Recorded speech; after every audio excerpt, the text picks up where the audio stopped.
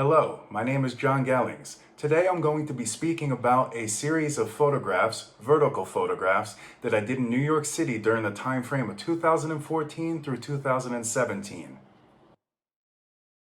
The project started with a quote by Robert Capa in which he said, "If your photographs aren't good enough, you're not close enough." I took his quote as a challenge to see if I could make photographs from far away, both in proximity and intimacy, and still make compelling photographs. Since I was living in New York City at the time, I had the perfect backdrop due to what I viewed as the verticality of New York City. So I photographed using the vertical frame mostly for this project to emphasize the height of the city. It allowed for an interesting frame in which the people were not the focus. My photography is a cross between street photography and architecture photography while not completely conforming to the style of either. In New York City, plenty of people were doing typical street photography with a lot of gestures, chaos, decisive moments, grittiness, edginess, etc., and I was bored of this. Also, plenty of people do architecture photography in New York.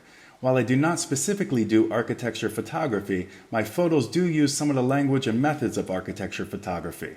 My technique was born out of using digital cameras and the program Lightroom in 2008.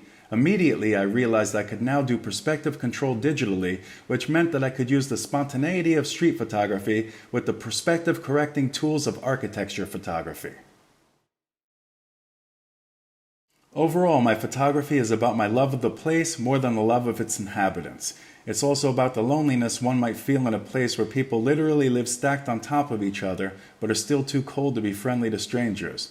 My photography could also be considered a reaction against sensationalistic journalism, Hollywood fantasy, reality television, etc.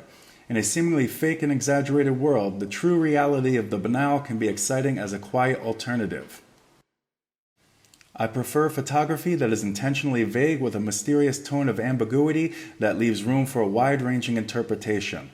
I'm not looking for a traditional story or conventional narrative. Photography transforms what it describes, and controlling that in a way that leads it into more ambiguous realms is what interests me.